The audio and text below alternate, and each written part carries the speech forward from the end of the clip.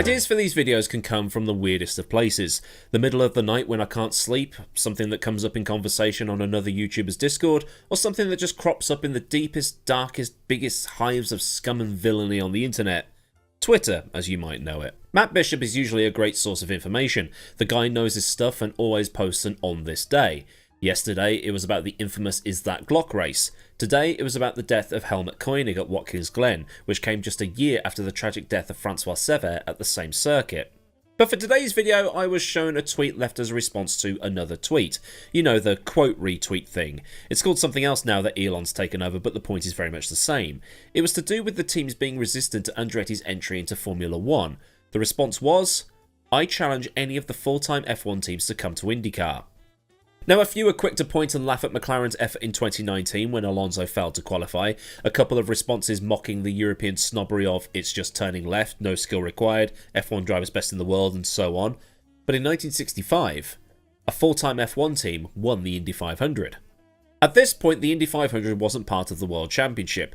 The fact the 500 was part of the championship is why there are a few American drivers on the statistics list with a single victory, and why there's a lot of American drivers down as having taken part in a round of the World Championship. That said though, the European teams tended to shun the historic 500-mile race. Fangio, Moss, guys like that never turned up. Partly because the teams weren't going to build an oval-specific car for one race every year. They'd all be better off going to Le Mans or the Targa. There might have also been an element of this is below us, but it is what it is. But moving into the 1960s, things started to change a little bit. It wasn't uncommon, hell it was totally common before this, for teams and manufacturers to split themselves over multiple disciplines. Ferrari is going to be the obvious one, taking on Le Mans, the Targa, Formula 1 and other big events in Europe. Formula 1 names such as Moss, Fangio, Hawthorne, Trintignant, Salvadori, Colin Chapman, Reg Parnell, Phil Hill, Tony Brooks and Peter Collins were all at Le Mans in 1955, the day racing almost ended in Europe, as well as a young Ken Miles being on the grid, but he wasn't a Formula 1 driver. With the F1 season being so short, it allowed them to take on such endeavours. In 1960 there were 10 rounds, held between the 7th of February, the Argentine Grand Prix, and then ended in the United States on the 20th of November. The first round was in February, the second round was in May. That's a lot of time sitting around not doing anything. Might as well fill the time. A far cry from today where it's shove as many rounds as they can in for the TV stuff and sod the people that actually work in the sport. At least that's what it feels like. But the reason I'd mentioned 1960 there is because a year later is when the British invasion had begun for the Indy 500. In 1961, then two-time F1 champion Jack Brabham had gone over to America and run the race in a Cooper powered by a Coventry Climax engine. Basically the setup used in Formula 1. And just like in Formula 1, Cooper had been the first to run a rear-engine car in a post-war racing environment, and it was different to the rest of the grid, which were these big front-engine roadsters. Formula 1 had a design philosophy, but so did Indy, the roadster-type designs that had massive engines because the American philosophy was the whole no replacement for displacement thing. And this is where we start arguing, yes there is, it's called power to weight, and so on. But it does make you wonder how fast a Formula 1 car would go if it had an Indy 500 style aero kit. Assuming the Pirellis held up to the cornering forces, obviously. Anyway, in 1961 it was notable for the arrival of a rear-engine F1 derived car, but it was also the last time the Indy 500 would be run on bricks. 5 months after the race they tarmacked over the start-finish straight that was still on bricks to make it the all-asphalt surface that it is today, save for that 90 centimetres or so of bricks that's there to denote the start-finish line. Brabham would be 9th, not bad considering he'd started 17th. He was also on the lead lap, so he must have been doing something right. In 1962 it was an all-American lineup, just how Tony George likes it, and in 1963 Lotus arrived for the first time, which is a race that gets shrouded in controversy. Lotus and Jim Clark had qualified 7th for the race, and in the race Clark had managed to get up to 2nd. On lap 120 Eddie Johnson spun on an oil slick that brought out the yellow. On lap 160 Dwayne Carter's engine blew.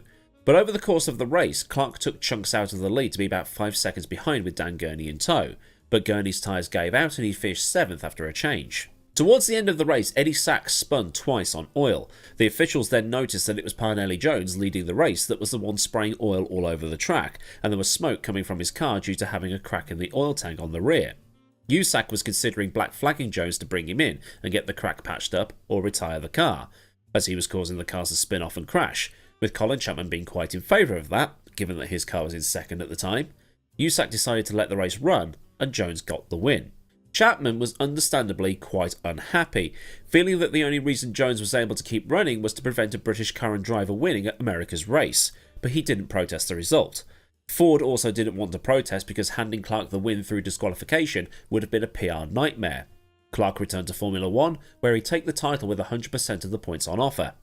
In 1964, Clark returned and started on pole, but his Lotus on him, the suspension breaking after 47 laps.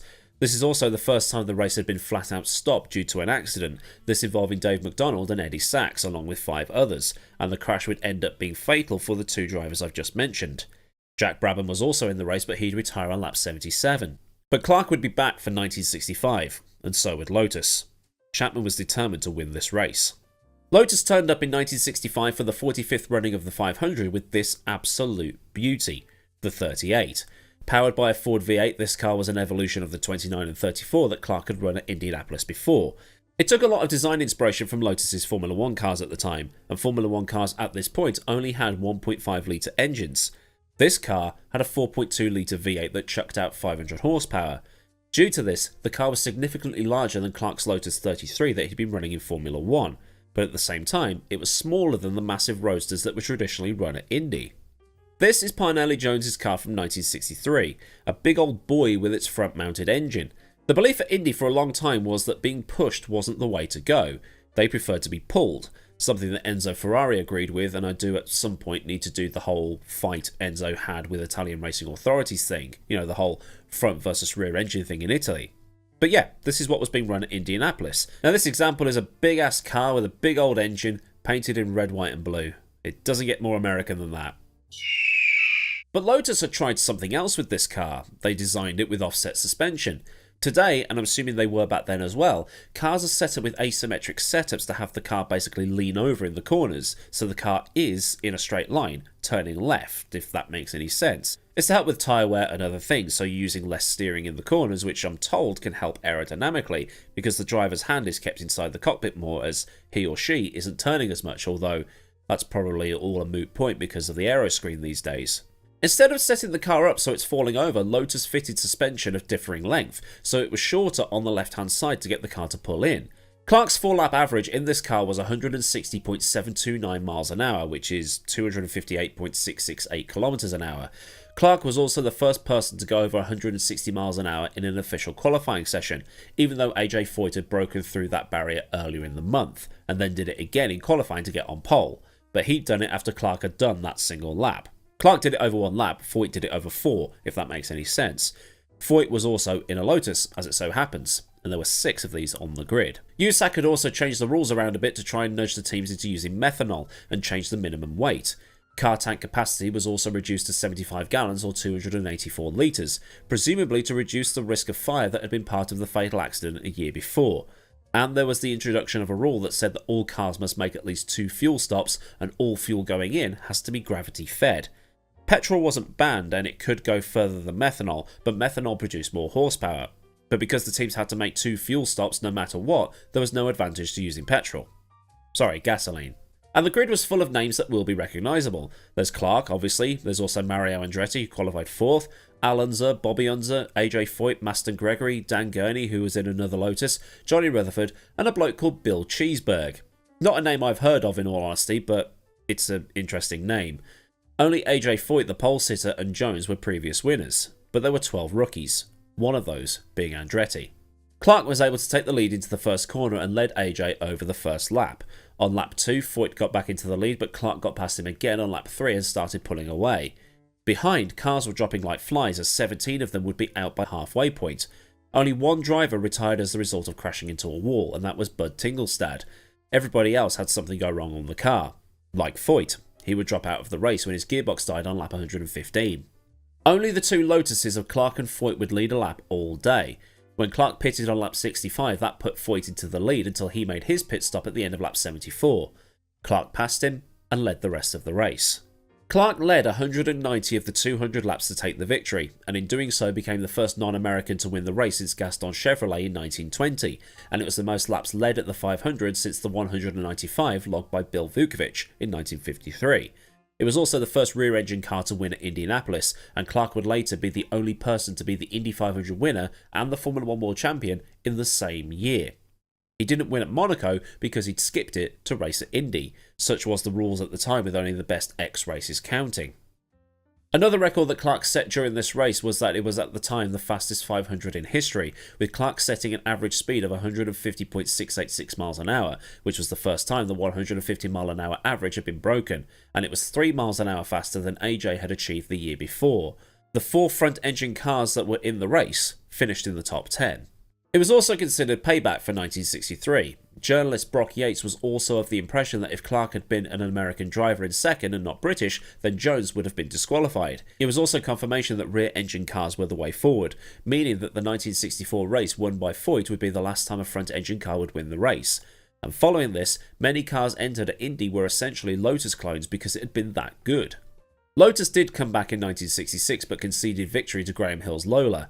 That race is also a little bit up in the air as Chapman believed that the lap scoring had been a bit all over the place and that it was Clark and not Hill that won. Some argue that Clark could have had 3 Indy 500s on top of his 2 World Championships, second in 63, winner in 65 and second again in 66.